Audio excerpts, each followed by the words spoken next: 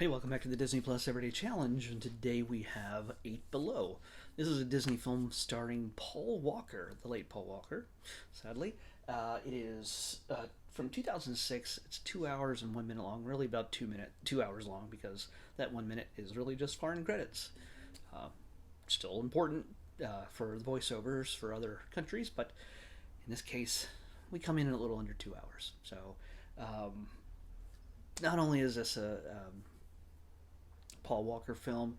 We got Jason Biggs, Bruce Greenwood, and Moon Bloodgood comprising the four pretty much main characters of the film. There's a number of other people in this, but considering it mostly takes place in Antarctica, the cast is pretty slim.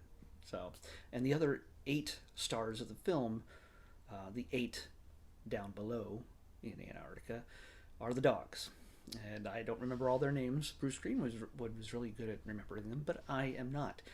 Maya, though, she's the lead dog, and they'll pretty much take you through anything down in Antarctica in any weather, and they will not stop for nothing until you tell them to. They are astounding dogs. This is not based on a true story, but it is inspired by the work of the explorers and their dogs that help make travel between bases down in that cold, desolate area possible. This story it's a survival story. It's pretty much about Paul, who is the one who he leads the dogs. He's a sled dog guy, and he needs to take Bruce Greenwood, a scientist who's looking for a specific rock, a mineral that may have come from Mercury. Yeah, so he's looking for that, and he's taking him during a dangerous time. There's a storm coming, and it turns out that that storm's coming fast. It's There's some pretty intense moments here and there. They're gliding across a glacier at one point, and depending on how thin it is, it can lead to some harrowing moments. But the crux of this is that in order to the first part of the film takes place, hunting for that rock and then trying to get back to base. Unfortunately, because that storm is coming and it's not stopping anytime soon, they only have enough resources to get the people off of Antarctica and to safety before the storm really hits hard. And it turns out this storm is the biggest one in 25 years. And even though Moon Bloodgood, she's the love interest, but she's also the helicopter pilot. She made a promise to go get the dogs as soon as she could. Well, they're shutting down everything, and there's no chance of her getting back there to save the eight dogs. So we get the story of Paul Walker doing everything he can, even though he nearly lost his life and frostbite and everything else just to save Bruce Greenwood's character.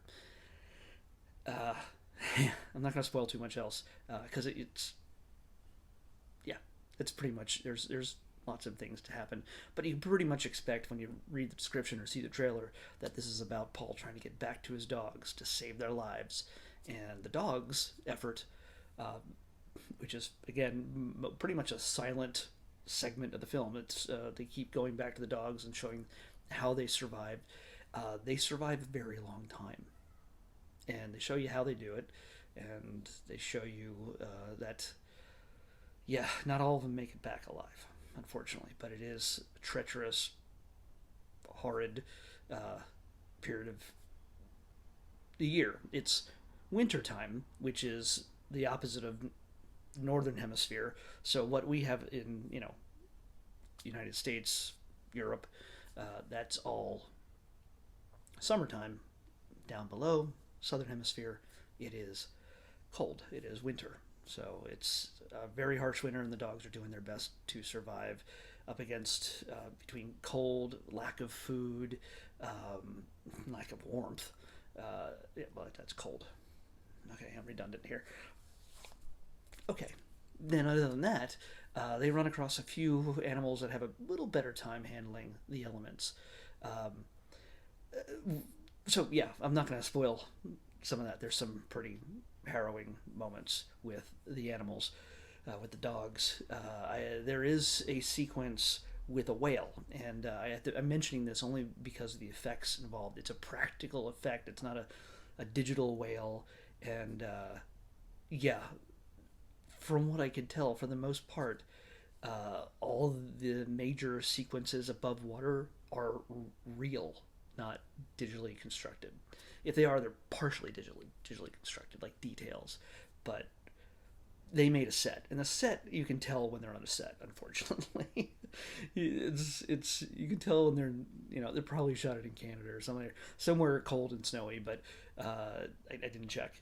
But when they're shooting it on a set, you unfortunately can tell. Especially there's a sequence where somebody falls through the water, and you're like, oh, they fall off a ledge and then into some water, and you're like, okay, that's a set, because you're not going to put that character in freezing water for real. You're not going to do that. It's just you're not going to put any actor through that. But he does a good job of showing himself almost nearly freezing to death. But it gives you the opportunity to see how the dogs are used in amazing ways. They're smart as anything, and they take care of each other as well as the humans that they've been trained to take care of. So it's kind of an extraordinary film. It's kind of it's kind of predictable for the most part. There's not a whole lot of surprises. There is one big surprise that, again, I will not ruin, because it actually it actually made me jump back a little bit, because I was like, wow, they put a jump scare into this film, which is pretty much your standard just animals, an adventure kind of Disney film. So there's no basketball team to score the winning touchdown or whatever to save sports. But hey, they got adventure and they got dogs. So that's what this is all about. So Eight Below, I actually enjoyed it. It's not a kind of movie, again, that I'd watch over and over again, but I think anybody, any age, can get into this. A whole family can watch this together, not a problem. Jason Biggs is in this as, I said Moon Bloodgood is almost required pseudo love interest, and Jason Biggs is there for comic relief. He's got the funky toque hat, and he's just being silly, and he's afraid of one of the dogs and doesn't like them licking him, and so it's just him acting big and adding a level of humor onto this, because Paul Walker is pretty much straight ahead doing his job kind of thing. But it's good to see his face again. So after losing him, it's been a while. Anyway, let's pick tomorrow's episode. This is the last one of the quarter. 254. All right, 254. 254. 25. Jeez. We are not leaving these snowy confines, but this one's animated, and there's a bunch of different animals, not just no dogs in this one. It is a 20th Century Fox film, but last I checked, they only had shorts of this movie. I don't know if this full film is on here, so I almost want to check real quick. I'll check. Anyway, this movie is Ice Age Collision Course. Ice Age Collision Course. So, let's check real quick.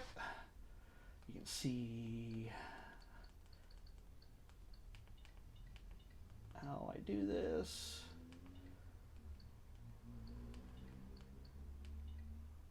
Okay, it's there. Ice Age Collision Course. That's what we're watching tomorrow on the Disney Plus Everyday Challenge. I'll see you then.